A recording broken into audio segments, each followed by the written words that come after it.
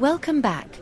We are now continuing our journey on Stonegate, stepping fully into one of the most prestigious and historic streets in all of York. Our destination is the beautiful civic space of St. Helen's Square. This street, Stonegate, is the true ancient spine of Roman York, known as Eboracum. It follows the original Via Principalis, the main street, that ran through the center of the military fortress. Beneath these stones are 2,000 years of history. The very name, Stonegate, tells you its story. It was the street where the masons and stone carvers had their workshops.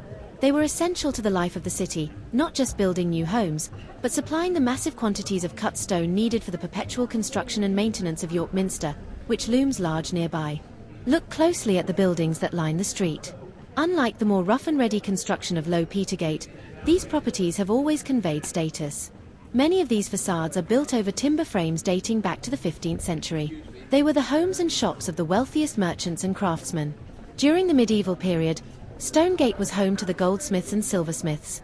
These were the high-value trades, congregating in this exclusive location close to the Minster and the main city authorities. This established a tradition of prestige commerce that continues to this very day. As we walk, observe the narrowness of the street. This lack of width is medieval, built for foot traffic and pack animals, not modern cars. The buildings often have a wonderful jetted appearance, with the upper floors extending out over the street. In the 18th century, Stonegate became famous for another trade, printing and bookselling. Due to its proximity to the cathedral and its learned inhabitants, the street was a hub for the publishing world. The most famous local printer was Thomas Gent, whose works defined the city's literary life for decades. Keep your eyes peeled for the details. Look for the ancient signs and carvings above some doorways, remnants of the old medieval guilds. You might even spot a narrow snickleway, a tiny alley, leading off the main path, often named after a trade or an old tavern, hinting at hidden courtyards behind the main facades. Now, as we approach the end of Stonegate, the street begins to widen slightly, and the buildings become grander and more uniform. We are leaving the dense medieval commercial world and entering a more ordered, Georgian civic space. We are now stepping out of the narrow confines of Stonegate and into St. Helen's Square. This square is a beautiful piece of Georgian city planning, designed to provide a more open and elegant gathering space.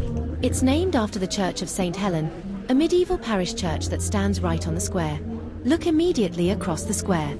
You will see the elegant, imposing facade of the Mansion House, the official residence of the Lord Mayor of York.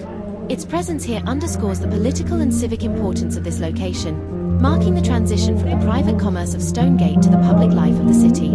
This square also historically served as a space for public gatherings and civic celebrations, standing in sharp contrast to the intimate, enclosed commercial life of the street we just left. This small walk has brought us from the heart of Roman military life, through medieval commerce, right to the center of York civic authority.